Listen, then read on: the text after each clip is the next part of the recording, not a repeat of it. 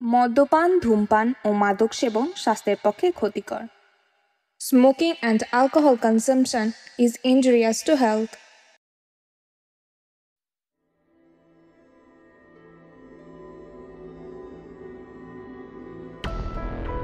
আজকের গল্পের সমস্ত চরিত্র ও ঘটনাবলী কাল্পনিক। এর সাথে বাস্তবের কোনো মিল থাকলে তা সম্পূর্ণ অনিচ্ছাকৃত ও কাকতালীয়। 38 বিচউড স্ট্রিটের আজকের বিশেষ নিবেদন লেখিকা সুদীপ্তা ঘোষের কলমে গ্রামের নাম ময়নাগড়। আজকের গল্প পাঠে ও গল্পের সূত্রধর আমি সৌরভ। প্রধান চরিত্রে রাজ, পার্থ, দেবলীনা, তুষার, দেবাঞ্জন, শুভম, দিব্যেন্দু, রূপঙ্কর, সূর্য। শুরু হচ্ছে আজকের বিশেষ নিবেদন গ্রামের নাম ময়নাগড়।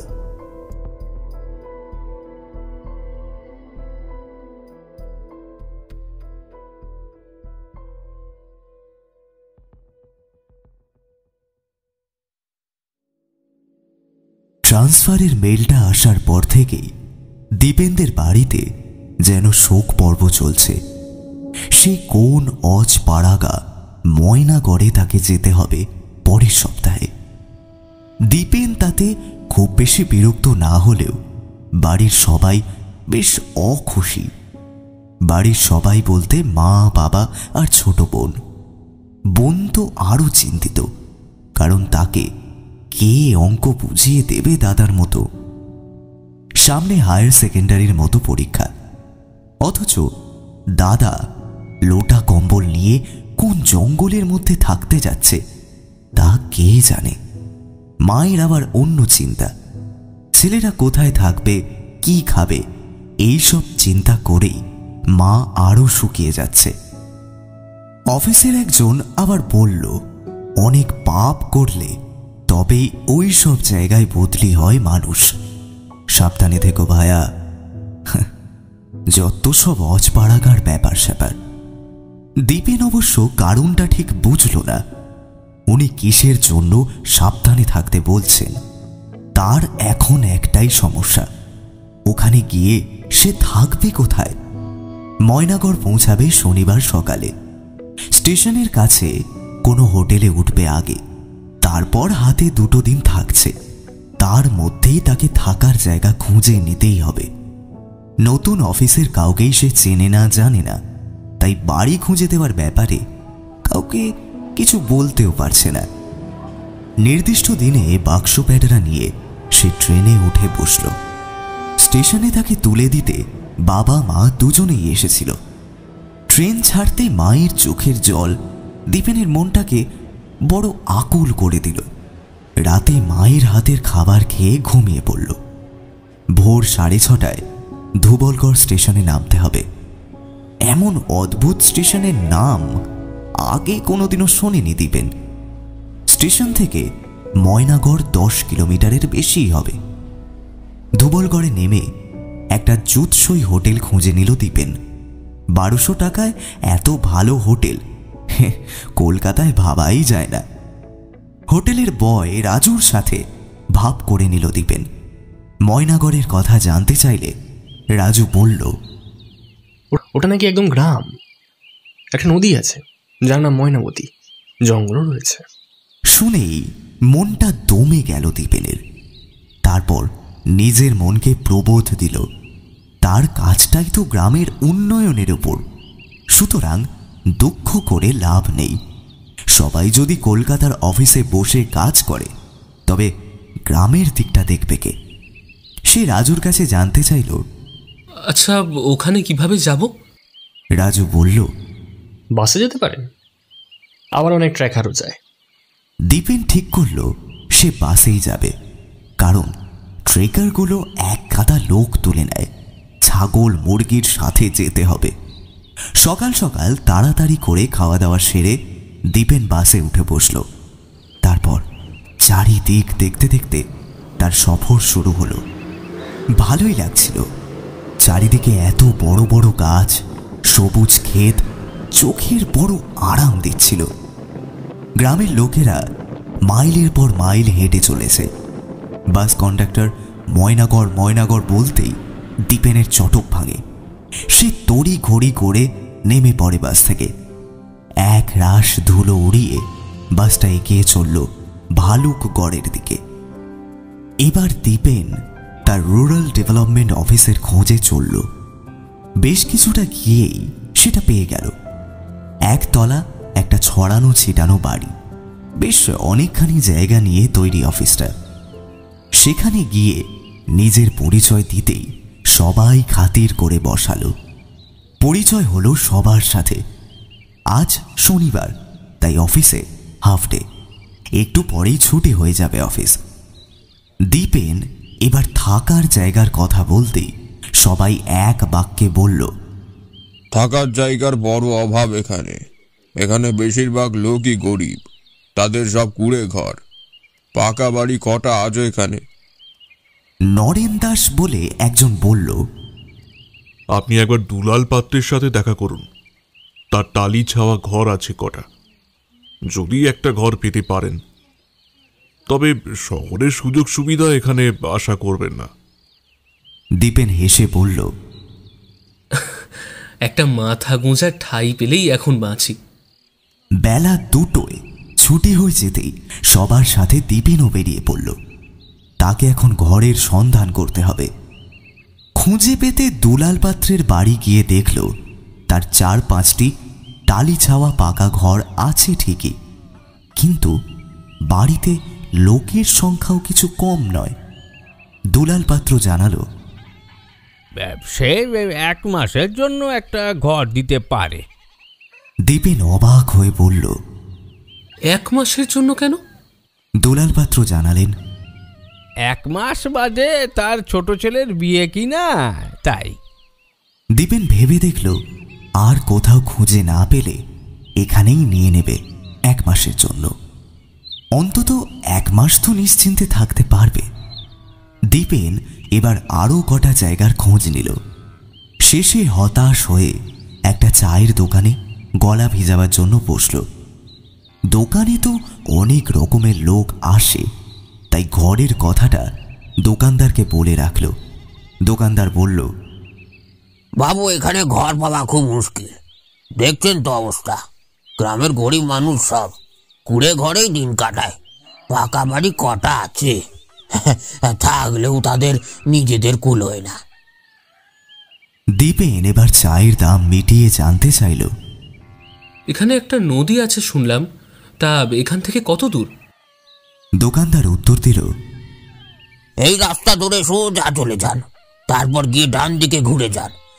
কিছুটা গেলেই নদী পাবেন। তবে বাবু, আধার হওয়ার আগেই চলে আসবেন কিন্তু। দীপেন অবাক হয়ে বলল, কেন অন্ধকারের আগেই চলে আসবো কেন? সে আপনি আজ নাই বা শুনলেন, তবে যেটা বললাম সেটা মাথায় রাখবেন। নতুন এসেছেন তো, একটু চোখ কান খোলা রেখে চলবেন। দোকানদারের কথা মতো রাস্তা ধরে দীপেন পৌঁছে গেল ময়নামতির তীরে। দেখেই চোখটা যেন জুড়িয়ে গেল। শহুরে চোখে এত সুন্দর নৈসর্গিক দৃশ্য মনটাকে ভরিয়ে দিল। বেশ চওড়া নদী, নদীর বুকে নৌকার আনাগোনাও কম নয়। তবে নদীর এই পাশটা একেবারেই জনমানব শূন্য। এত সুন্দর নদীর কাছে কোনো লোক নেই দেখে অবাক লাগলো। বিকাল দ্রুত ফুরিয়ে আসছে। জায়গাটা বেশ ভালো লেগে যাচ্ছে দীপেনের। হতে পারে গ্রাম, কিন্তু তার মাধুর্য অনেক বেশি। হঠাৎই দেখল নদীর ওপাশের জঙ্গল থেকে মাথায় কাঠের বোঝা নিয়ে একটা লোক বেরিয়ে এসে দ্রুত পায়ে চলে যাচ্ছে। দীপেন তাকে দাঁড় করিয়ে জানতে চাইল, দাদা শুনছেন? ও দাদা, বলছি যে এখানে একদম লোকজন নেই কেন বলতে পারেন? আর নদীর ঘাটটাই বা কোথায়? লোকটা তাকে আপাদ মস্তক দেখে নিয়ে বলল, নতুন এসেছেন বোধ করি, তাই কিছুই জানেন না। এই জায়গার খুব বদনাম। সন্ধ্যের পর এখানে কেউ আসে না, আর নদীর ঘাট এখান থেকে আধ মাইলটাক পথ হবে। আপনি এখান থেকে চলে যান, আঁধার হয়ে এলো, আর দাঁড়াবেন না, বিপদ আছে। বলেই এক নিমেষে হনহন করে উধাও হয়ে গেল লোকটা। নদীর ওপারের সূর্যাস্তর দৃশ্য দেখে দীপেনের চোখটা জুড়িয়ে গেল। না, এবার যেতেই হচ্ছে, অন্ধকার হয়ে গেলে পথ চিনে ফিরতে অসুবিধে হবে আবার। দীপেন হাঁটা দিতেই পেছন থেকে একটা ডাক শুনে দাঁড়িয়ে পড়ল। তাকিয়ে দেখে একটু দূরেই জঙ্গলের সামনে এক বৃদ্ধা দাঁড়িয়ে আছে, তাকেই হাতছানি দিয়ে ডাকছে। অনেক বয়স তার, সারা মুখে বলিরেখা থাবা বসিয়েছে, সাদা ধবধবে মাথার চুল, গায়ের চামড়া ঝুলে পড়েছে, পরনে একটা আধময়লা শাড়ি আর ব্লাউজ। দীপেন এগিয়ে গিয়ে বলল, আপনি আমায় ডাকছিলেন বুড়িমা? উনি বললেন, হ্যাঁ বাছা, ডাকছিলাম। আসলে এখানে তো কেউ বিহান বেলায় আসে না, তা তুমি এলে যে বড়। আমি এখানে নতুন চাকরি নিয়ে এসেছি, থাকার জায়গার খোঁজ করতে করতেই এতদূর চলে এলাম। দীপেন উত্তর দিল, তা থাকবার কোনো জায়গা তুমি পেলে এই গ্রামে? না, কোথায় আর পেলাম, পরশু থেকে অফিস, কোথায় যে থাকবো সত্যিই জানি না। দীপেনের আক্ষেপ শুনে বুড়িমা বলল, তা বাচ্চা, তুমি যদি চাও আমার ওই ঘরে থাকতে পারো, অবশ্যই তোমার যদি ভয় না লাগে। দীপেন অবাক হয়ে বলল, এখানে আবার ঘর কোথায়? কই, আমি তো কিছু দেখিনি। বুড়ি ফোকলা দাঁতে হেসে বলল, সবাই কি আর সব কিছু দেখতে পায়? দেখার জন্য চোখ থাকতে হবে তো।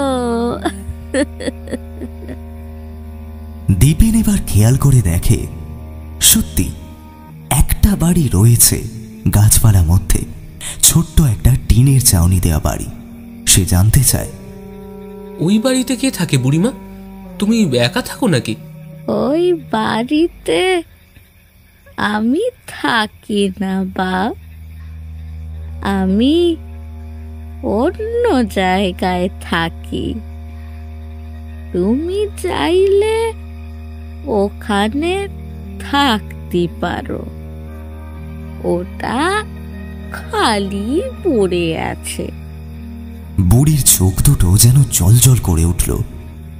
বাহ, এ তো মেঘনা চাইতেই জলের মতো। দীপেন পায়ে পায়ে এগিয়ে যায় ঘরের দিকে। কাঠের গেট দেওয়া বারান্দা। গেট খুলে বারান্দায় উঠে ঘরের মধ্যে উঁকি মেরে দেখে, বেশ ভালোই তো ঘরখানা। একপাশে একটা তক্তপোষ, টেবিল, চেয়ার, আনলা সব রাখা রয়েছে।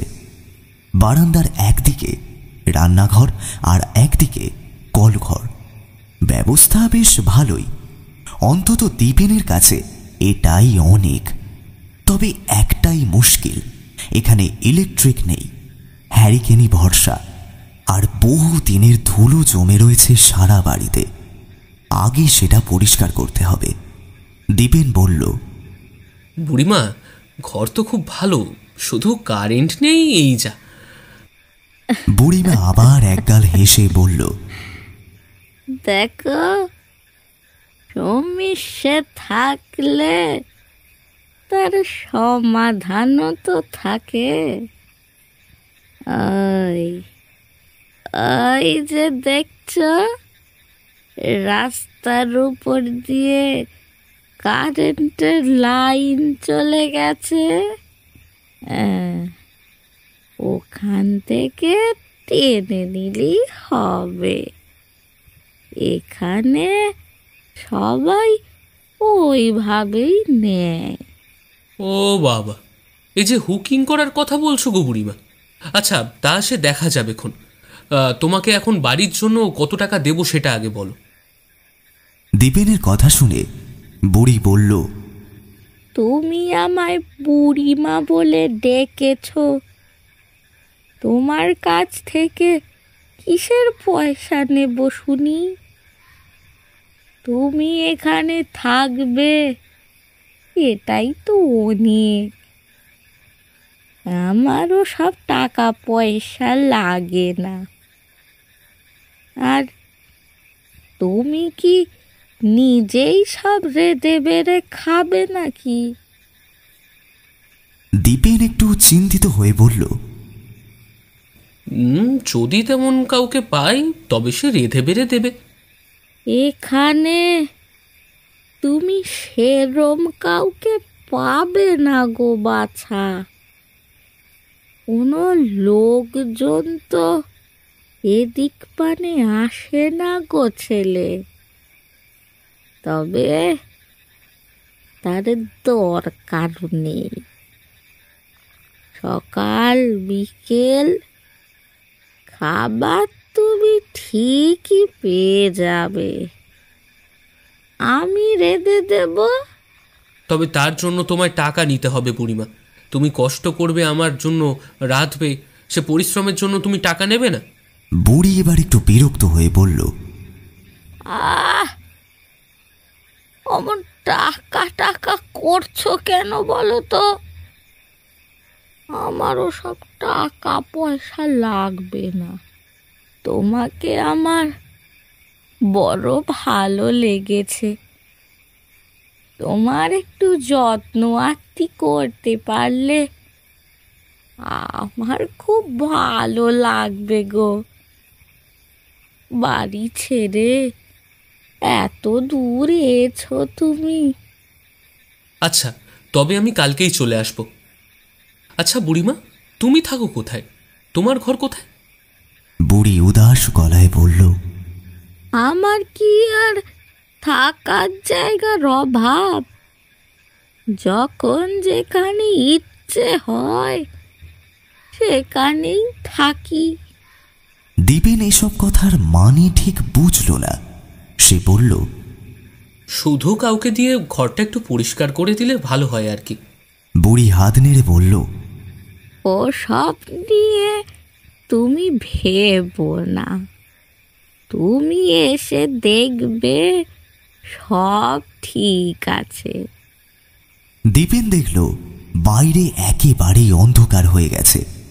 মোবাইলের আলোই ভরসা। সে বুড়িমাকে আসছি বলে হাঁটা দিল তার হোটেলের উদ্দেশ্যে। অনেকটা পথ যেতে হবে, তবু যে একটা মাথা গোজার ঠাঁই পাওয়া গেছে এটাই অনেক।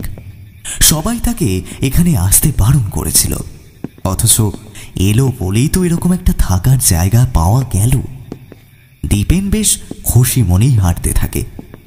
তবে একটা কথা দীপেনের খুব অদ্ভুত লাগলো।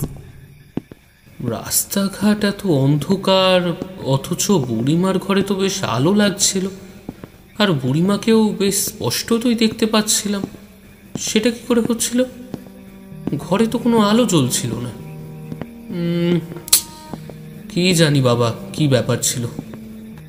দীপেন আর মাথা ঘামায় না।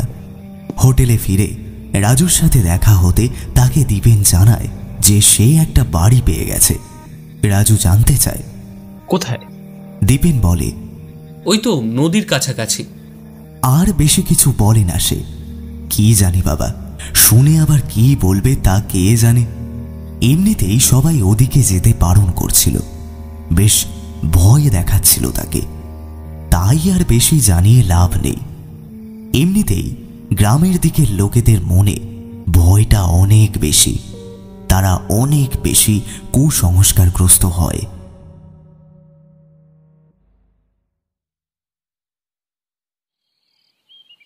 পরদিন সকালে বাক্স প্যাটরা নিয়ে এসে হাজির হলো দীপেন।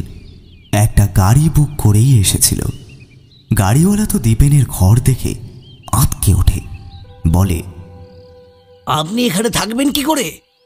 এটা তো ভুতুড়ে জায়গা, কোনো মানুষের ধারে কাছে আসে না।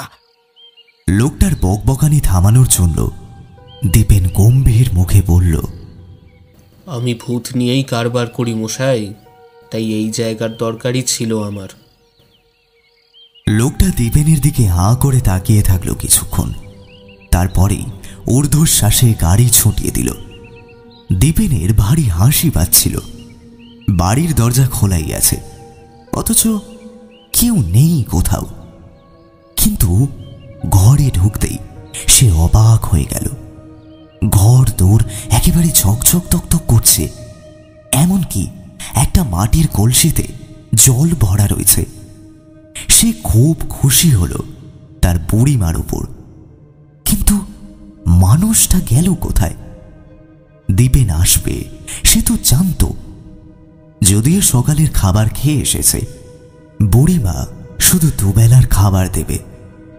রান্নাঘরের মধ্যে দেখল উনুন থেকে শুরু করে সব সাজানো রয়েছে। দীপেনকে একটু চায়ের ব্যবস্থা রাখতে হবে, তার জন্য বাজার থেকে কেরোসিন স্টোভ একটা কিনে আনতে হবে, আর জল খাবারের জন্য টুকটাক জিনিস কটা, কারণ উনুন জ্বালাবার ক্ষমতা দীপেনের একেবারেই নেই। এরকম একটা সাজানো বাড়িতে লোকে থাকে না কেন? এটা ভাবতে বড় অদ্ভুত ব্যাপার মনে হলো দীপেনের, যেখানে ঘর পাওয়া এত মুশকিল। যাই হোক, সে এবার বিছানার চাদর টাদর পেতে ঘরদোর গুছিয়ে রাখল। তার জামা কাপড় আর ব্যবহারের জিনিসপত্র যথাস্থানে রেখে দিল। দীপেনের এই একটা রোগ, তার জিনিসপত্র গুছিয়ে রাখা চাই সব সময়। এলোমেলো ব্যাপার একদম বরদাস্ত হয় না। এবার বাড়িতে ফোন করল। সে একটা ভালো থাকার জায়গা পেয়েছে শুনে বাড়ির সবাই খুব খুশি। বোন বলল ফটো পাঠাতে দাদা। দীপেন অনেকগুলো ফটো তুলে বোনকে সেন্ড করল, অথচ বোন বলছে কোনো ফটো ওঠেনি, সব নাকি সাদা। দীপেনের মাথায় এলো না এটা কি করে সম্ভব। সে তো ফটো তুলে দিব্যি দেখতে পাচ্ছে। বোনকে বলল, দাঁড়া, তোকে নদীর অনেক ফটো পাঠাবো। কি সুন্দর নদীটা দেখবি, নামটাও দারুণ, ময়নামতি। বোন শুনে খুশিতে ডগমগ। দেখতে দেখতে বেশ বেলা হয়ে গেল। দুপুর 2:30 বাজতে যায়। দীপেন মনে মনে ভাবল, বুড়িমা তো খাবার নিয়ে এলো না, ভুলে গেল নাকি? তাহলে তো আজ কপালে হরি মটর লেখা আছে দেখছি। হঠাৎই রান্নাঘরে কিসের একটা আওয়াজ শুনে দীপেন গিয়ে দেখে সমস্ত খাবার থালায় করে সাজিয়ে গুছিয়ে চাপা দিয়ে রাখা। কখন কে এলো খাবার দিতে? বারান্দায় কাঠের গেটটা খোলার আওয়াজ তো সে পায়নি। হয়তো তখন ফোনে কথা বলতে ব্যস্ত ছিল, সেই জন্য শুনতে পায়নি। কিন্তু সে আসার পর বুড়িমা একবারও এলো না কেন? কেমন একটা অভিমান হলো দীপেনের। বুড়িমা এরকম কেন করছে তার সাথে? বিনা পয়সায় থাকতে দিচ্ছে বলে এমন করছে তার সাথে? খিদে পেটে মোচড় দিচ্ছে, তাই অভিমান ভুলে খেতে বসে গেল দীপেন। ঘরের মেঝেতেই আসন পেতে খেতে বসল। এত সুন্দর রান্না দীপেন আগে কোনোদিন খায়নি। তার মাও খুব ভালো রান্না করে, কিন্তু এ যেন একেবারে আলাদা। শাক ভাজা, ডাল, বেলে মাছের ঝাল আর চুনো মাছের টক। বাড়িতে হলে হয়তো এসব খাওয়া নিয়ে মায়ের সাথে ঝামেলা করত, কিন্তু এই পরিবেশে এর থেকে ভালো খাওয়া আশা করাই উচিত নয়। দুবেলাই মুখের সামনে খাওয়ার পাওয়া কি মুখের কথা? ভাতের থালায় নুন, লঙ্কা, লেবু সব দেওয়া। ভাত একটু বেশি ছিল, তবে দীপেন ফেলল না, সবটাই খেয়ে নিল। খেয়ে দিয়ে নিজের বাসন নিজেই ধুয়ে রাখল।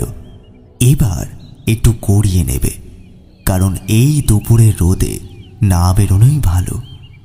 ঘরের ভেতর গাছের ছায়ায় অত গরম না লাগলেও বাইরে একেবারে খা খা করছে রোদ। অবশ্য নদীর হাওয়া বইছে, তবে সেটা বেশ গরম। সন্ধ্যের মুখে একটু বেরোতে হবে, কিছু জিনিসপত্র কিনতে হবে। দীপেনের ঘুম যখন ভাঙল, সে অবাক হয়ে গেল। ঘরে আলো জ্বলছিল, বুড়িমা সব ব্যবস্থা করেই ফেলেছে। ঘরে একটা ফ্যানও ঝুলছে দেখল। বাবা, এ তো রাজকীয় ব্যবস্থা বলা যায়। এতটা তো সে আশাই করেনি। দীপেনের ভারী অবাক লাগলো। উনি বয়স্ক হলেও নিমেষের মধ্যেই সব কাজ করে ফেলেন একা একাই। আর বুড়িমা কোথায় যে থাকে, কার সাথে থাকে, বোঝাই গেল না। আসলে ওনার কথাগুলোর মধ্যে রহস্য ভরা।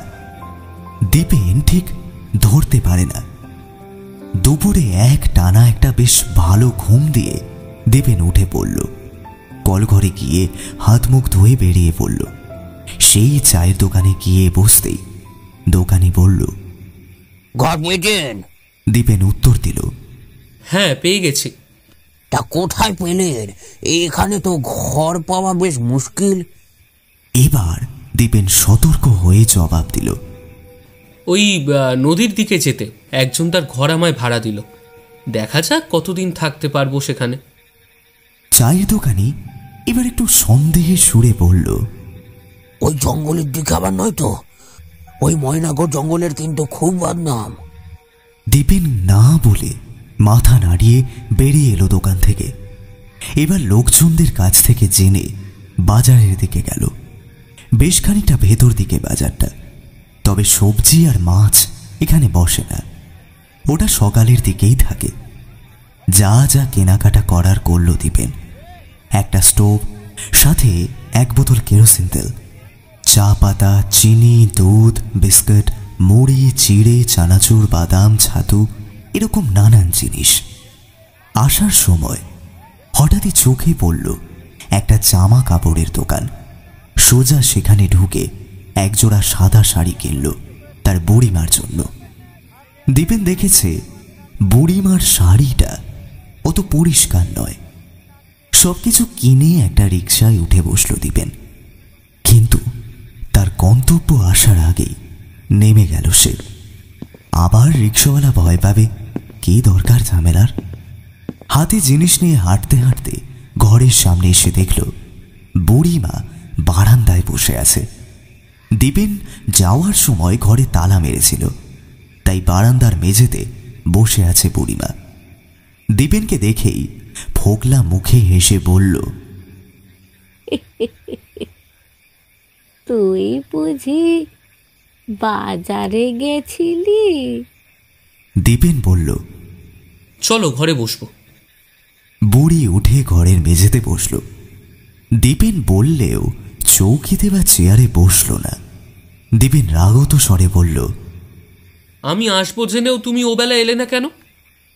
বুড়ি করুণ সুরে বলল, আহা, রাগ করিস না বাপ। আমি যে সারা দিন আসতে পারবো না, তবে রোজ সন্ধ্যের পর ঠিক তোর কাছে আসবো, তোর খোঁজ খবর নিতে। তা তুমি ওবেলা খাবার দিতে এসেও তো চুপচাপ কখন দিয়ে চলে গেলে আমি জানতেও পারলাম না। বুড়ি একটু চুপ করে থেকে বলল, আমি ওভাবেই খাবারটা দিয়ে যাব, তুই এসব নিয়ে অত ভাবিস না। তা খাবারটা কেমন খেলি তাই বল তো দেখি। দীপেন উচ্ছ্বাসিত হয়ে বলল, আরে বাহ, দারুণ রান্না হয়েছে গো বুড়িমা। অনেক দিন বাদে এরকম রান্না খেলাম। কেন রে বাপ, তোর মাও তো ভালো রান্না করে নাকি? তা করে, তবে তোমার রান্না একেবারেই আলাদা গো বুড়িমা। আর এরকম ভালো রান্নার জন্য তোমার পুরস্কার আছে, এই নাও। বলে তার হাতে শাড়ির প্যাকেটটা তুলে দিল। আর তখনই চমকে উঠল দীপেন। বুড়িমার হাতে হাত ঠেকতেই দেখে সেটা বরফের মতো ঠান্ডা। এ কি গো, তোমার হাত এত ঠান্ডা কেন? বুড়িমা সহজভাবে বলল, ও তো জল ঘেটে এলাম কি না, তাই এত ঠান্ডা। কিন্তু তুই বাপ আমার জন্য শাড়ি কেন এনেছিস? এ শাড়ি নিয়ে আমি কি করব বল না? কি করবে আবার? পরবে তুমি। এই যে শাড়িটা পরে আছো অনেক পুরনো হয়ে গেছে, আমি দিলাম, এবার থেকে এই দুটোই পরবে। দীপেনের কথা শুনে চোখে জল ভরে গেল বুড়িমার। সে বলল, আর আমার কোনো কিছুরই দরকার নেই রে বাপ। জীবন থেকে সব কিছুই হারিয়ে গেছে। এই যে তুই আমার কথা ভাবছিস, এটাই আমার কত আনন্দ হচ্ছে। তোর ভালো হোক, মঙ্গল হোক তোর। বুড়ির চোখ দিয়ে মনে হলো জল গড়াচ্ছে। তোমার আর কি আছে গো বুড়িমা, তুমি এখানে একাই থাকো নাকি? হঠাৎই উঠে দাঁড়িয়ে বলল বুড়িমা, এখনো আসি রে বাপ, তোর রাতের রান্না করব যে ভুলে গেছি একদম। আর একটা কথা, রাতের বেলায় ঘর থেকে একদম বেরোবে না, কথাটা মনে থাকে যেন। বলেই ঘরের বাইরে যেতে যেন মিলিয়ে গেল বুড়িমা। মনে হলো যেন হাওয়ায় ভেসে চলে গেল। বড় আশ্চর্য লাগলো দীপেনের। এই বয়সের একটা মানুষ এত তাড়াতাড়ি যায় কি করে? নাকি তার চোখের ভুল এটা? যাকে সেসব নিয়ে ভেবে লাভ কি? সে যে এই বিদেশ বিভুঁইয়ে এসে একটা মানুষের এতটা যত্ন আত্মি পাচ্ছে, এটাই তো অনেক। দীপেন স্টোভে তেল ভরে চা বসিয়ে দিল। একটু চা করে খেয়ে একটা গল্পের বই নিয়ে বসল সে। বাড়ি থেকে আসার সময় কয়েকটা বই নিয়ে এসেছিল সে। দীপেনের খুব বই পড়ার নেশা। কাজের অবসরে এই নিয়েই সময় কাটাবে। আর আছে একটা মাউথ অর্গান, ওটাই সব জায়গায় ঘোরে তার সাথে, বাজাতে খুব ভালো লাগে তার।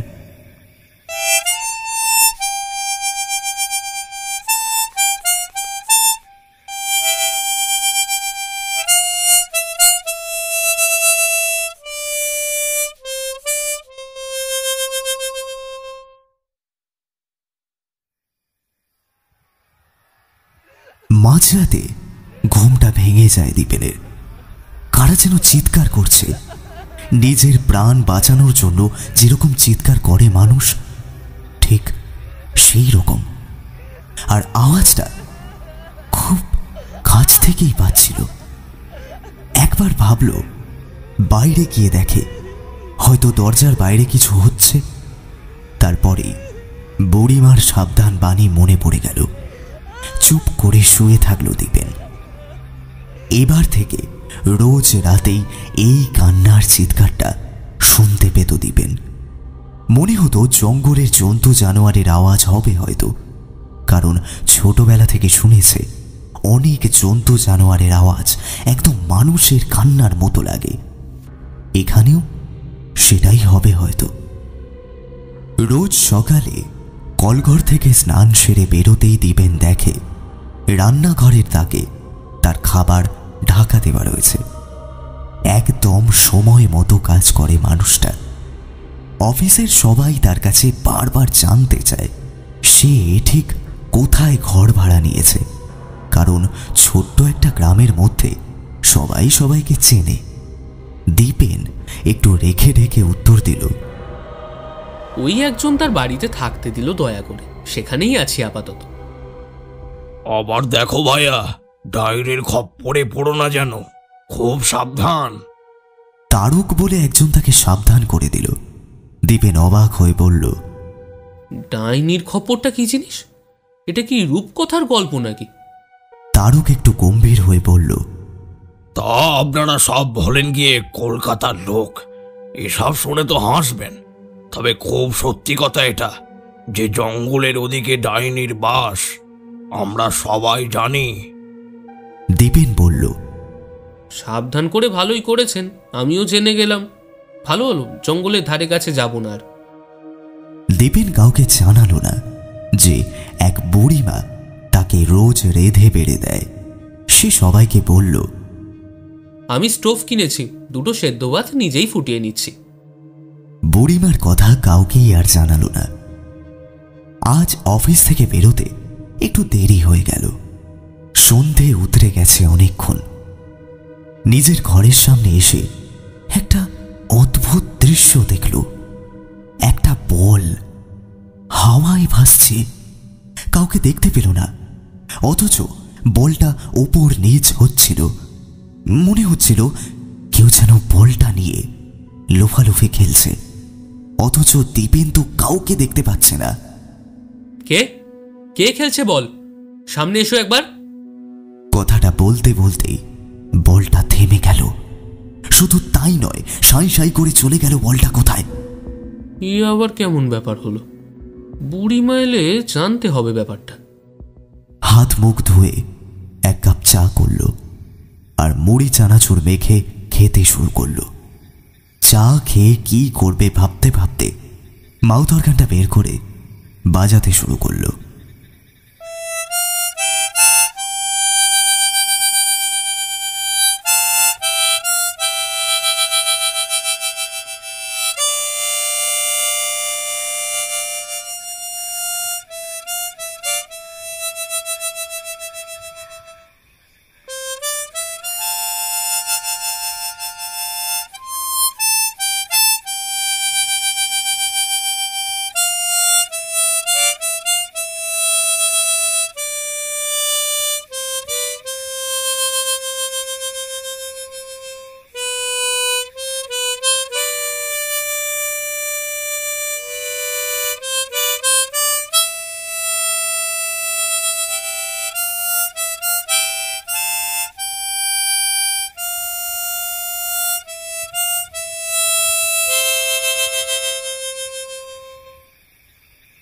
হঠাৎ চোখ পড়ল বারান্দার কাঠের গেটের কাছে একটা বাচ্চা দাঁড়িয়ে, তার বাজনা শুনছে।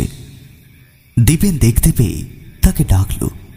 সে প্রথমে আসতে চাইছিল না, কিন্তু দীপেন বারবার বলাতে ভেতরে এসে মেঝেয় বসল। বছর ৮-৯ বয়স হবে হয়তো। তোর এই বাজনা ভালো লাগছিল? ছেলেটা মাথা নাড়ালো। কি নাম রে তোর? দীপেনের প্রশ্ন শুনে ফ্যাঁস ফ্যাঁসে গলায় বলল, অর্জুন। বাহ, সুন্দর নাম তো। অর্জুন এবার বলল, ওটা বাজাও আবার। হ্যাঁ বাজাবো, তবে আগে বল তুই কোথায় থাকিস। অর্জুন জঙ্গলের দিকে আঙুল তুলে বলল, এই দিকে। দীপেন আর কিছু না বলে আবার বাজাতে লাগলো, আমার সোনার বাংলা, আমি তোমায় ভালোবাসি।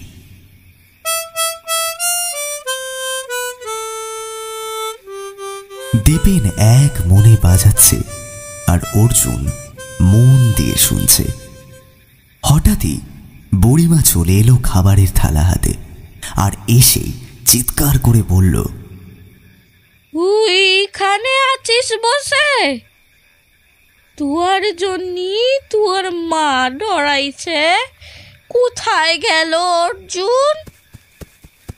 ছেলেটা অমনি তীরের মতো ছুটে বেরিয়ে গেল ঘরের বাইরে। দীপেন অবাক হয়ে বলল, ও তোমার কে হয় গো বুড়িমা? বুড়িমা একটা দীর্ঘশ্বাস ফেলে বলল, ওই তো মোদের সব কিছুর বাপ, আমার লাতি হয়। ও বুঝি বাজনা শুনতে খুব ভালোবাসে? হ্যাঁ, বাপটা ভারী সুন্দর বাঁশি বাজাতো যে। জন্ম থেকে ওটা শুনেই তো বড় হলো লাতিটা। বাজাতো কেন বলছো? তোমার ছেলে এখন থাকে কোথায়? বুড়িমা কোনো উত্তর না দিয়ে খাবারের থালা রাখতে ব্যস্ত হয়ে পড়ল। তোমার ছেলে বউ নাতি এসব কোথায় থাকে বুড়িমা? তোমার নাতি তো ওই জঙ্গলের দিকে আঙুল তুলে দেখালো। বুড়িমা আর কোনো উত্তর না দিয়ে আসছি বলে বেরিয়ে গেল। দীপেনের বড় অদ্ভুত লাগলো। বুড়িমা নিজেদের নিয়ে কোনো কথাই বলতে চায় না, জানতে চাইলেই এড়িয়ে যায়। কি যে ব্যাপার তা কে জানে। রাত তখন কটা হবে কে জানে। দীপেনের হঠাৎ ঘুম ভেঙে গেল। কিরকম একটা আওয়াজ আসছে বাইরে থেকে। একবার বাইরে গিয়ে দেখবে নাকি? এত রাতে ঘরের বাইরে যাওয়া ঠিক হবে কি? তাছাড়া বুড়িমাও বারণ করেছিল, তাই এতদিন সে ঘর থেকে বেরোয়নি। কিন্তু আজকে আওয়াজটা বড় অদ্ভুত লাগছে, তাই দীপেন নিজেকে কন্ট্রোল করতে পারল না। তাছাড়া শব্দটা বেড়েই চলেছে। দরজাটা খুলতেই বিকট গন্ধে গাটা গুলিয়ে উঠল। এটা কিসের গন্ধ রে বাবা?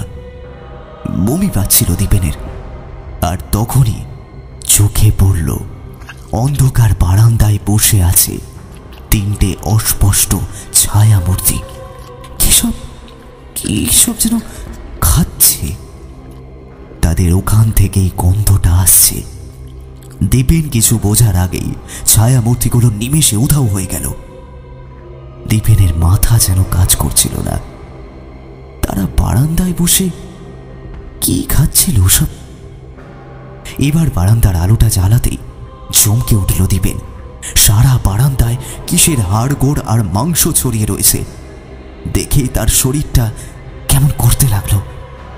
এসব কি? আর কারাই বা এসব এনে খাচ্ছিল? বাকি রাতটুকু আর ঘুমাতে পারল না দীপেন। মাথার মধ্যে দেখা দৃশ্যটাই ঘুরপাক খাচ্ছে সমানে।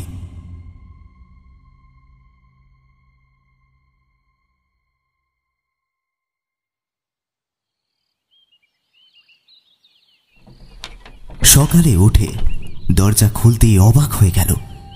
বারান্দা একেবারেই পরিষ্কার, কোথাও কোনো নোংরা জিনিসের চিহ্ন মাত্র নেই। এ কি ভোজবাজি নাকি? কার কাছে বলবে সব কথা? রাতের বেলায় বুড়িমা এলে তার কাছেই বলবে না হয়। অফিস থেকে ফিরতেই দেখে সেই ছেলেটা তার বারান্দায় বসে আছে। দীপেনকে দেখে বলল, ওই যন্ত্রটা একবার বাজাবি বাবু? দীপেন হেসে বলল, তোর খুব ভালো লেগেছে ওটা? দাঁড়া, হাত মুখ ধুয়ে চা খাই আগে, তারপর শোনাবো তোকে। দীপেন ওকে দুটো বিস্কুট দিতে গেলে সে নিল না। তার বই পড়ার আগ্রহ দেখে দীপেন জানতে চাইল, তুই স্কুলে পড়িস? ছেলেটা মাথা নেড়ে বলল, আগে পড়তাম, এখন তো যাই না স্কুলে। দীপেন অবাক হয়ে প্রশ্ন করল, এখন যাস না কেন? ছেলেটা অধৈর্য হয়ে বলল, আগে ওই যন্ত্রটা বাজা না। দীপেন বুঝল ও আর কোনো কথা বলবে না। সে মাউথ অর্গানটা নিয়ে বাজাতে থাকে। একটু পরেই বুড়িমা এসে নাতিকে বকাবকি করতে থাকে। কেন সে না বলে এখানে চলে আসে? দীপেন কাল রাতের ঘটনাটা বুড়িমাকে বলতেই সে রাগত স্বরে বলল, তুই আমার কথা শুনলি না? তোকে তো রাত বিরেতে বের হতে বারণ করলাম, তাও শুনলি কই? আর কোনোদিন করবি না। বলেই নাতির হাত ধরে চলে গেল। আর সেই যাওয়া দেখে দীপেনের ভিড়মি খাওয়ার অবস্থা। ওরা যেন হেঁটে গেল না, ভেসে চলে গেল। দীপেনের গাটা কেমন শিউরে উঠল। সে কাঁধের মাঝখানে রয়েছে কে জানে। এরা কি আদতেও মানুষ না অন্য কিছু? দীপেনের মনটা আজ বেশ অস্থির হয়ে উঠল।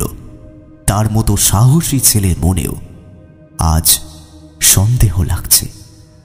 কতগুলো লোক বাড়িটাকে ঘিরে রেখেছে, দরজাটা বাইরে থেকে বন্ধ করা। চারিদিকে কেরোসিন ছড়িয়ে দিল ওরা। তারপরে আগুন ধরিয়ে দিল বাড়িটায়। ভেতরে থাকা লোকগুলো বাঁচার আকুতিতে সমানে চিৎকার করছে, আর বাইরে দাঁড়ানো লোকগুলো হা হা করে হাসছে। এক সময় চিৎকার থেমে গেল। বাড়িটাও মানুষগুলোর সাথে পুড়ে ছাই হয়ে গেল। বাড়ির সামনে যারা এতক্ষণ দাঁড়িয়েছিল তারা বেশ খুশি হয়ে হাসতে হাসতে চলে গেল। এমন ভয়ঙ্কর স্বপ্ন দেখে লাফ মেরে উঠে পড়ল দীপেন। এটা এটা কি দেখল সে? পরিষ্কার দেখতে পেল এই বাড়িটাই পুড়ছে। কে বা কারা এটা পোড়ালো? আর বাড়ির ভেতরে লোকজন যারা পুড়ে গেল তারা কে? দীপেনের সারা গা ঘামে ভিজে চুপচুপে হয়ে গেছে। সে তখনও হাঁপাচ্ছে। এরকম স্বপ্ন দেখার মানেটা কি? বিছানা ছেড়ে উঠে এক গ্লাস জল খেল দীপেন। ভোর হয়ে আসছে। এবার বসে বসে স্বপ্নটার মানে খোঁজার চেষ্টা করল। স্বপ্নে দেখল এই বাড়িটা পুড়ে গেছে, অথচ দিব্যি সে বাস করছে বাড়িটায়। তাহলে স্বপ্নের মানেটা কি হলো? পোড়া বাড়িটা কি আবার তৈরি করেছিল? হয়তো সেটাই হবে। কিন্তু বাড়ির ভেতর যারা পড়ে গিয়েছিল তারা কে? দীপেনের মনটা অশান্ত হয়ে উঠল সব কিছু জানার ইচ্ছায়। কে দেবে তাকে এসব প্রশ্নের উত্তর? বুড়িমা তো সব কথা এড়িয়ে যায়। না, আজ আর ঘুম আসবে না। আজ তো শনিবার, হাফ ডে। দুপুরবেলা বাড়ি ফিরেই না হয় ঘুমিয়ে নেবে একটু।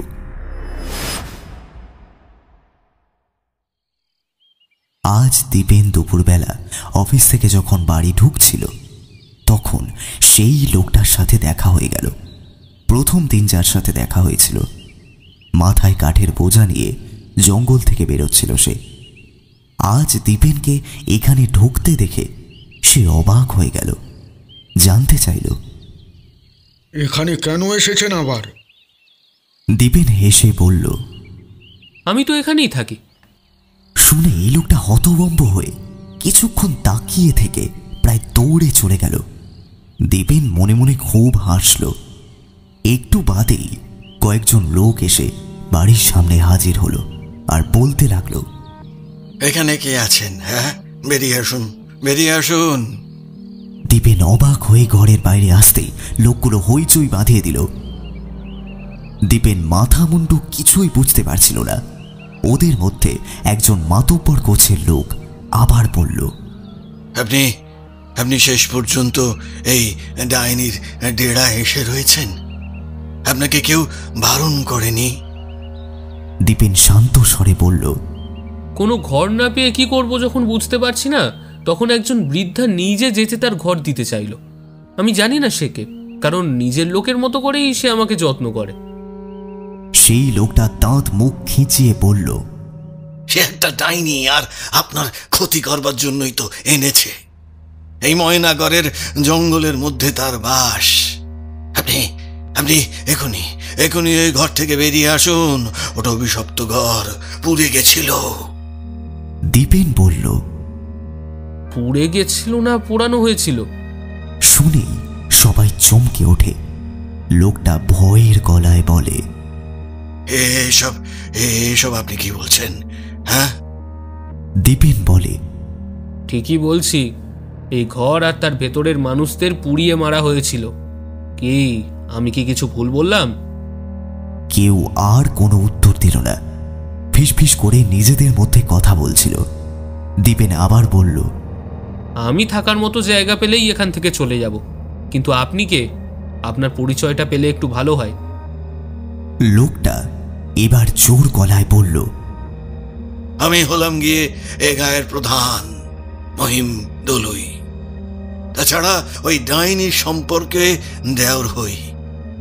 আপনার ভালোর জন্যই বলছি, এই ঘর ছেড়ে দিলেই ভালো হয়। বললাম তো, থাকার জায়গা পেলেই ছেড়ে চলে যাও। তবে এই বুড়িমার মতো আমাকে কেউ আদর যত্ন করেনি।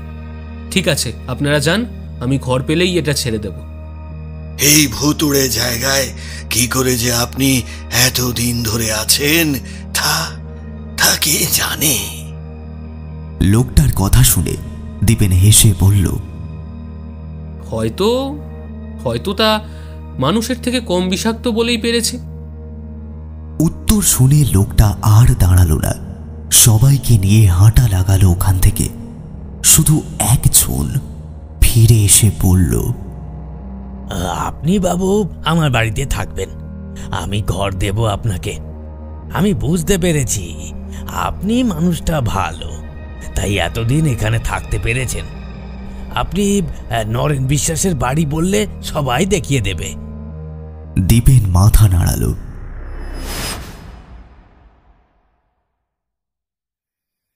আজ রাতে বুড়িমা খাবার নিয়ে আসতেই দীপেন বলল, বুড়িমা, তোমরা মানুষ নও আমি জানি, তবে আমার তাতে কোনো অসুবিধা নেই, কারণ তোমার যা ভালোবাসা আমি পেয়েছি তাতে তুমি ভূত না মানুষ তাতে আমার বিন্দুমাত্র যায় আসে না। কিন্তু কে তোমাদের বাড়িতে আগুন লাগিয়ে তোমাদের মেরে ফেলেছিল বুড়িমা? তোমাকে আজ সব বলতেই হবে, এড়িয়ে গেলে চলবে না। কিন্তু তুই এসব কি বলছিস রে বাপ? আর কেন বলছিস বলতো? বুড়িমা ভয় পাওয়ার গলায় বলল। দীপেন আজ দুপুরের ঘটনাটা খুলে বলে। ওরা তোমাকে এ বাড়ি ছাড়তে বলেছে, কারণ এটা নাকি ভূতের বাড়ি, আর তুমি নাকি ডাইনি। শুনেই বুড়িমা আস্তে আস্তে নিচে বসে পড়ে, একটু চুপ থেকে বলে, ওরা আমাদের বাঁচতে দিল না রে বাপ, উড়িয়ে মারলো আমাদের ওই গ্রামের প্রধান, আর আমাকেও ডাইনি বানিয়ে দিল। তুমি আমাকে সব খুলে বলো বুড়িমা, আমি জানতে চাই, না হলে আমিও শান্তি পাবো না। আমাদের অনেক জমি ছিল, এই ময়নাগড়ের জঙ্গলের বেশিরভাগ জমি আমাদেরই ছিল। ছেলেটা চাষ করত, নদীর মাছ ধরত, আর সময় পেলে বাঁশি বাজাতো। লাতিটা বসে বসে শুনত। বড় সহজ সরল ছিল আমার ছেলে মনোজ। চাষের ফসল ফলিয়ে আমাদের দিন কাটত। ভালো ছিলাম আমরা। আমিও ছেলেটার চাষের কাজে সাহায্য করতাম। লাতিটা স্কুলে পড়তো। আমার ছেলের বউ খুব সুন্দরী ছিল। তার দিকে বিষ নজর ছিল ওই মহিমের। একদিন ঝড় বৃষ্টির রাতে ছেলেটার বাড়ি ফিরল না। পরদিন নদীতে তার দেহটা ভেসে উঠল। ওর সারা দেহে কত ক্ষত, কিভাবে যে মারা গেল কেউ জানে না। আমার সন্দেহ ছিল ওটা ওই মহিমেরই কাজ, কিন্তু কোনো প্রমাণ নেই। কে আর আমাদের সাহায্য করবে? মহিম তো এই গাঁয়ের প্রধান। এরপর মাঝবয়সী মহিম আমাদের পিছনে হাত ধুয়ে পড়ল। সম্পর্কে খুড়ো শ্বশুর হয়েও ভাইপো বউটাকে বিয়ে করার জন্য জোর কাটাতে লাগলো। কারণ ওর বউ মারা গেছে অনেক আগে। তাছাড়া আমাদের সব জমি ওর হাতে তুলে দিতে বলল। ও নাকি আমাদের দেখাশোনা করবে। আমরা কেউ ওর কথায় রাজি হলাম না। ও প্রায় সময় আসতো আমাদের বাড়ি। বউটাকে প্রস্তাব দিত। ওকে দেখলেই ভয় সিটিয়ে থাকতো বউটা। একদিন আমি রেগে গিয়ে মহিমকে বললাম, তুই আর আমাদের বাড়ি আসবি না। এরপর যদি আসিস গলা ধাক্কা দিয়ে বার করে দেব, মনে থাকে যেন। হিংস্র জানোয়ারের মতো সেদিন তার দিকে তাকিয়েছিল মহিম। তারপরেই বলল, এর উচিত শিক্ষা তোমরা পাবে। কত ধানে কত চাল এবার টের পাবে। এরপরেই এ সারা গ্রামে রটিয়ে দিল আমি নাকি একটা ডাইনি। নিজের স্বামী, ছেলে সবাইকে খেয়েছি। এবার গ্রামের লোকেদের দিকে নজর পড়েছে। তারপর থেকেই গ্রামের কারোর কিছু হলেই সব নাকি আমার কুনজরে হচ্ছিল। আর কেউ মারা গেলে তো কথাই নেই।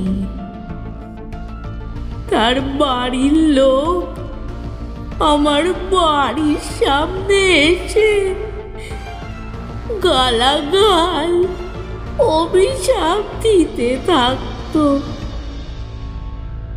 বাড়িতে ইট ছুড়তো। ভয়ে কেউ আমরা বেরোতাম না।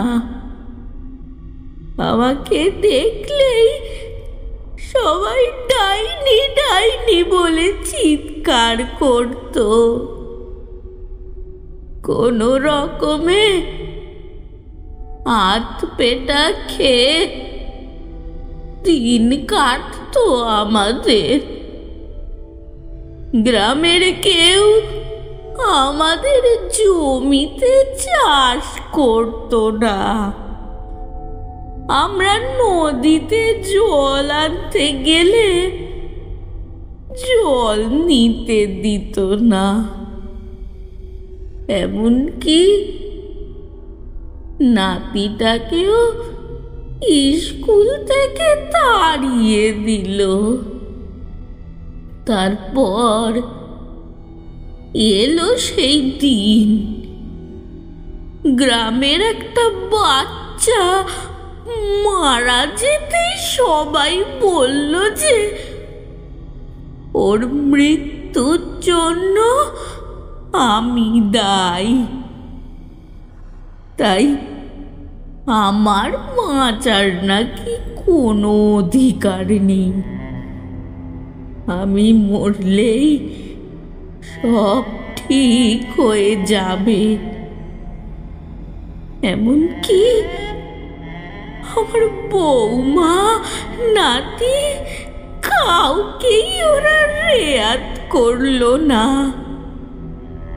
সেদিন অমাবস্যায় মাঝরাতে এসে বাড়িতে আগুন ধরিয়ে দিল। তার আগে থেকে বাইরে দরজাটা বন্ধ করে দিয়েছিল ওরা। এই আগুনে 3 জনে পুড়ে মরে গেলাম। কেউ বাঁচাতে এলো না আমাদের। আমি জানি আমাদের মেরে ফেলে সব জমি জায়গা মহিমের দখলে যাবে। তারপর থেকেই আমি সবাইকে ভয় দেখাতে শুরু করলাম। আস্তে আস্তে আমি একটা পিশাচিনী হয়ে উঠলাম। ডাইনি অপবাদ তো আগেই পেয়েছি, তাই নিজেকে পিশাচিনী করে তুললাম, যাতে আরো বেশি ভয় পায় সবাই। এ তল্লাটে সন্ধ্যের পর কেউ আসতে পারে না আমার ভয়। এমনকি দিনেও ভয় পেত এই তল্লাটে আসতে। বুড়িমার কথাগুলো চুপচাপ শুনল দীপেন। ও যেন বিশ্বাস অবিশ্বাসের দোটানায় ডুবে গিয়েছিল।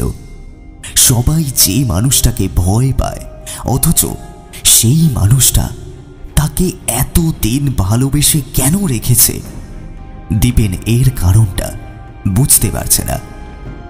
আজ স্কুল যাবার পথে আবার নরেন বিশ্বাসের সাথে দেখা হলো। সে তাকে বলল আজকে রাতটা একটু সাবধানে থাকতে। আজ নাকি এক ভয়ঙ্কর অমাবস্যার রাত। আজ ডাইনিরা জেগে উঠবে পৈশাচিক রূপে, তাদের অপদেবতার কাছে মানুষকে উৎসর্গ করে। শুনেই দেবেন ভাবল আজ সে সত্যিটা জানবে। এই বুড়িমা কতখানি ক্ষতিকারক সেটা জানা দরকার তার। সে নরেন বিশ্বাসকে বলল তার বাড়িতেই সে চলে যাবে, ঘর রেডি রাখতে। নরেন বিশ্বাস শুনে খুশি হলো ভারী। আজ রাতে বুড়িমার বদলে সেই নাতি এলো খাবার নিয়ে।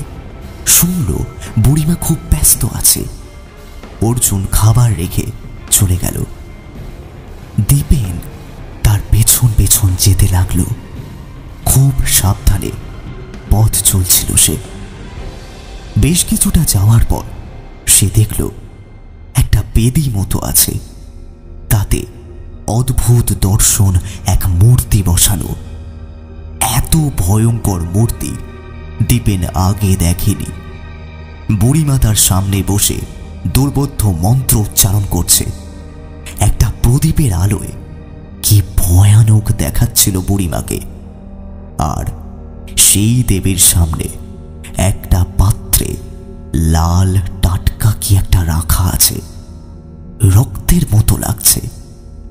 পুজো শেষে বুড়িমা সেই পাত্র নিয়ে দেবীর সামনে ধরে বলল, তোমার জন্য এই রক্ত, নেকড়ের রক্ত উৎসর্গ করলাম। তুই মুখে অনেক বেশি শক্তি দে। এই রক্ত পান করে আমার অনেক ক্ষমতা বেড়ে যাবে। আজ থেকে আমি পুরোপুরি পিশাচিনী হয়ে যাব। ছেলেটার রক্ত খেলে আমার সব আশা পূরণ হবে। আমার শরীর থেকে সব মায়া মমতা দূর করে দে। আজ থেকে আমি শুধু পিশাচিনী হব। ওই ছেলের রক্ত পান করে তবে আমার শান্তি হবে। সব মানুষ আমার শত্রু, তাদের সবাইকে শেষ করব আমি। এসব কি শুনছে দিবেন? তার সারা শরীর কাঁপতে শুরু করলো। তাকে এখান থেকে পালাতে হবে, নইলে বাঁচবে না আর। দিবেন নিঃশব্দে ওখান থেকে চলে এসে দৌড়াতে থাকে, কিন্তু বেশি দূর যেতে পারে না। লতা পাতার মধ্যে পা আটকে ওখানে মুখ থুবড়ে পড়ে।